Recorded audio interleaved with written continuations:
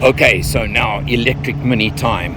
Let's just see what this is about. You know, in all the time they've been bringing the electric Minis in, I haven't got to drive one yet. This will be the first time. Electrics, yeah, we love them, we hate them, but they have their place. I firmly believe that. And this new example, the latest generation, let's see exactly what it feels like on the road. Yeah. Hey Francisco, we've jumped cars. We have indeed. We're in the little two-door Mini electric now. It's much quieter than the car that we were in before. It should be, hey? Yeah. You know, I've got to tell you that. What do you think of that? So, here's the thing. I am biased when it comes to this brand. I must say, as much as we're journalists, I'm still I love a Minis. human. Let me put that there. Yeah. I love Minis, Yeah. okay? And I've been fortunate enough to own from the supercharged version to the turbocharged version to the generation just before this one. So this is the only Mini generation that I haven't owned yet. Yeah. My wife also owned the Countryman, and so I really do like the quirk that comes with these cars. Yeah, they've always had that center screen. I get that. But this, it looks like a discus. It does. It's quite flat, isn't it? Yeah, it is. It's quite flat. Look, I'm sure it's got everything on it. I'm being very harsh, do you know what I mean? Yeah. But it kind of glares at me. Yeah. And I think it speaks to that new age audience that likes this sort of eclectic, different kind of feel in a car. But having driven the original electric Mini, it's incredible to see again the progress that has happened. Okay. I mean, I see already here we've got 270 kilometers of range that we can do. The first gens could only like 180 do or something, wasn't it? Yeah. And they claimed 180, but you realistically could only get about 120, 150 out of it.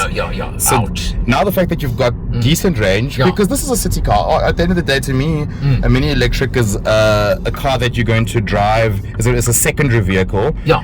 You potentially got an ICE-powered larger car, so it's a runaround for people who have the means to spend this kind of money on a small runaround. But if you are in that position, it makes for a great little car, and it now does have decent range, because realistically, if you're a person who just potters about, you're not going to do more than 300 kilometers. Even in a 5-day cycle. Well, this is the thing. You probably would be, unless you've got the right facilities, you could charge this like twice a week probably. Yeah.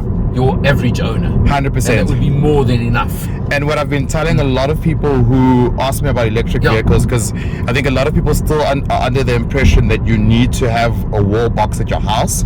I say, depending on where you live, if you live in the city, you'll be more than okay simply having one of these, popping over to Mall of Africa, VNA, or wherever you are in a major city. As long as you got a fast charger, it can be a little date night or date afternoon with your significant other. You go for an hour coffee, you charge your car, and then you also don't put strain on your home or on your system. And it can work. It really can work. It's like fueling up. We don't have fuel stations at home. Exactly. We go fuel up. So no, you got a good point, and I will absolutely agree with you on that. But look, driving electrics, I've driven so many of them now. I love driving electrics. I mean, that instant torque. Just feel that, literally shove you back in your seat, It's little points like that make all the difference in the world. So I get it. But you've got to have the right usage pattern for it. It's got to fit your lifestyle. Simple as that. And as you say, for your urban warrior, it's perfect. That's true. It's like a bakkie. A bakkie is, as much as they're very popular, they're not for everybody. I know personally, I don't really have the use of a bakkie. I don't have that need. But for somebody who's got that need, it's it works for them. So I guess cars have progressed, and we've got so much options as consumers that we don't, it doesn't have to be a one size fits all approach. Totally not. No, but I mean, look, what actually is also impressing me, and I'm sure with the new generation, I think they've worked on the suspension as well. I don't remember a Mini being quite as smooth as this. Yeah, it's much softer. It is much softer. Softer ride, much more pleasant, plush ride. They were a tad crashy before. Can I use that word?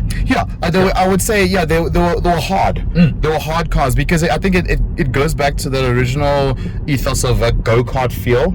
So I remember in my little supercharged Mini, that thing was a little rocket ship, but it was also it was hard on a bump, you know. Same thing with my next generation. I think they call that the R56. I'm all about the codes. I often get ragged about the codes. So I think the first generation was the R53, and then the R56 was the one after that, and then they had the F56. And I think this is obviously a new code, but with this generation, it's definitely softer. Yeah, no. I mean, this is way more pleasant. I'm sorry to put it as simply as that. Yeah. Look, it's not a cheap car. We're not going to pretend it's cheap. First of all, minis aren't cheap. Secondly, electrics aren't cheap because of various reasons, which maybe will improve slightly in the new year. That is true.